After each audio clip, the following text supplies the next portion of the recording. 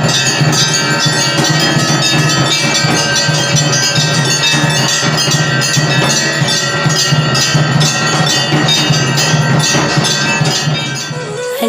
everyone and welcome back to my channel Sneha Shogoto Lifestyle Vlog and welcome back to my another video.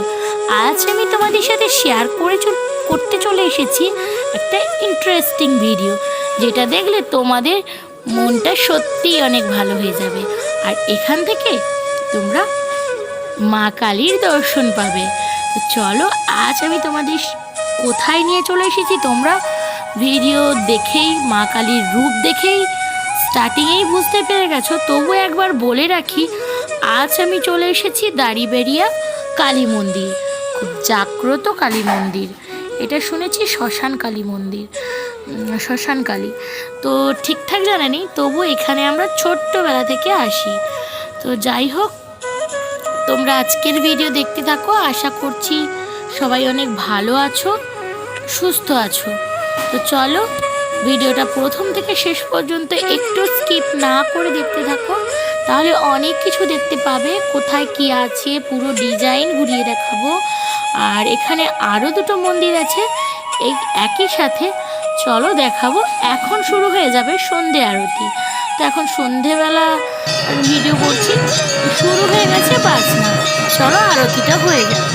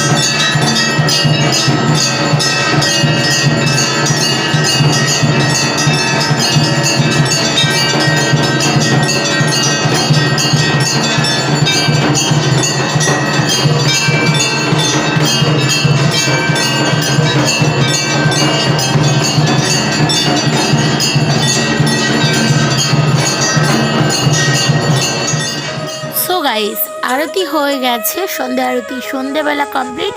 এই যে এটা হচ্ছে আলাদা করে শিব মন্দির করা। এই মন্দিরের ডান পাশেই আছে শিব ঠাকুর, মানে আমাদের বাবা মহাদেব।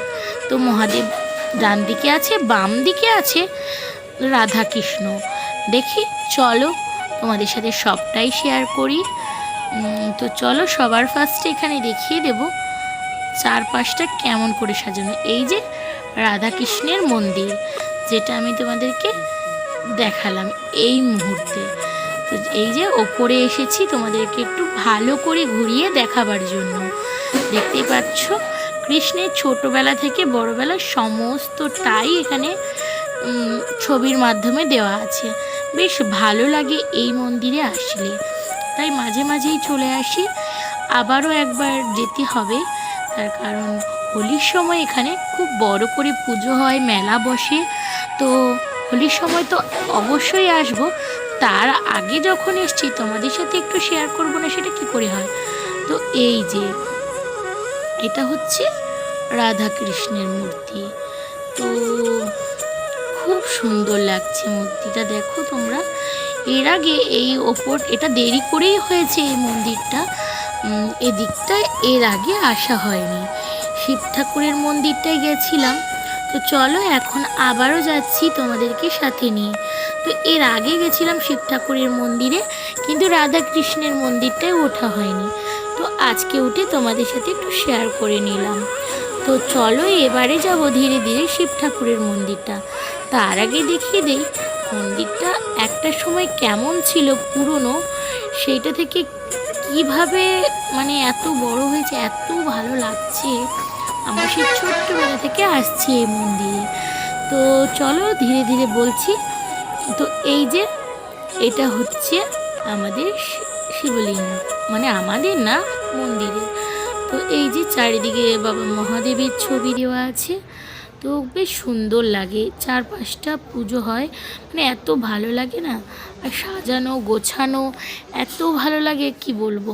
তো এর আগে যখন ছোট্টখাট্ট একটা মন্দির, শুধু সিম্পলি একটা ঘরে এই কালী মন্দিরটা ছিল, তখন থেকেই আমরা আসছি, আজ এত বড় হয়ে গেছি তারপরেও। তো মন্দিরটাও সাথে সাথে উন্নতি হয়েছে, অনেক কিছু দেখার মতো হয়েছে। এখানে এখন বিয়ে হয়, পুজো হয়, সমস্ত কিছু। এখন এখানে হবে গাড়ি পুজো। বেশ অনেকগুলোই গাড়ি এসছে, তার মধ্যে আমারই এক ভাইয়ের গাড়ি নিয়ে এসছে। এই যে এটা এখন পুজো হচ্ছে। তো এবার এই যে সারি সারি অনেকগুলো গাড়ি দাঁড়িয়ে আছে, এগুলো সবগুলোই পুজো হবে। তোমরা দেখতে থাকো, বুঝতে পারবে। আমি এই গাড়ির ভিডিওটাই তোমাদের সাথে শেয়ার করলাম। তো পরপর অনেকেই আছে, দাঁড়িয়ে আছে। তো এখানে একটা চমক আছে, রহস্য আছে। যেহেতু তোমরা প্রথম থেকেই শুনছো কালী মন্দির, তো কালী মন্দিরে আমরা তো সবাই জানি যে কালী ঠাকুর জীব বের করা থাকে, কিন্তু কালী ঠাকুর বাস্তবে এখানে জীব বেরোনো থাকে না কালী ঠাকুরের মতো। কিন্তু কালী ঠাকুর তো কালী ঠাকুরই হয়। শ্মশান কালী ঠাকুর সব ঠাকুরের থাকে নাকি আমি ঠিক জানি না, কিন্তু এখানের কালী মায়ের জীব বেরোনো থাকে না। তো কেন এই রহস্যটা আজও আমার কাছে সেভাবে ক্লিয়ার নয়, তবু যতটুকু যা শুনেছি সেটাই তোমাদের সাথে শেয়ার করছি। তো শুনেছি এখানে মন্দিরটা হওয়ার আগে যিনি মন্দিরটা তৈরি করেছেন, মা তাকে স্বপ্ন দেশে দেখা দিয়েছিলেন, কিন্তু যেই অবস্থাতে দেখা দিয়েছিলেন সেই অবস্থাতেই তাকে তৈরি করার কথা বলেছেন। সেই মুহূর্তে কালী ঠাকুরের যে রূপটা তিনি দেখেছিলেন, সেই রূপটাই মায়ের আসল রূপ হয়েছে। সেটাতে কোনো রকম যে শ্মশানে নৃত্য করছিল যেই রূপে, তো সেখানে কোনো রকম মায়ের জীব বেরোনো ছিল না, সেই কারণে জীব থাকে না, এইটাই শুনেছি। তো আসল রহস্য এখনও ঠিকঠাকভাবে জানা নেই আমার। তো চলো, তোমরা যদি কেউ জেনে থাকো অবশ্যই আমাকে কমেন্ট সেকশনে জানিও। আর আমি তো এটাই জেনেছি এই কালী মন্দিরের কালীমা নাকি ভীষণ জাগ্রত। তো আমিও সেটা ছোটোবেলা থেকেই দেখছি, তোমরাও দেখো। আশা করছি এই কালী মন্দিরের মহিমা তোমরা সবাই জানো। তো অনেক দিক থেকে অনেক মানুষই আছে এখানে পুজো দিতে। তারপর যখন হোলির সময় এই মেলাটা বসে, সেখানে তো প্রচুর লোকের আনাগোনা হয়ে যায়। এই যে গাড়ি পুজো এখনও হয়ে গেছে। তো চলো, আজকের ভিডিও আমার এখানেই শেষ করতে হচ্ছে। দেখা হচ্ছে নেক্সট কোনো একটা ভিডিওর সাথে। ততক্ষণ সবাই অপেক্ষা করো, নিশ্চয়ই অনেক ভালো কোনো ভিডিও আসবে। ওকে, বাই। তো তোমাদের কাছে যদি আরও নতুন নতুন কিছু তথ্য থেকে থাকে এই মন্দিরের বিষয়ে, অবশ্যই আমাকে কমেন্ট সেকশনে জানিও। ওকে, বাই, টাটা।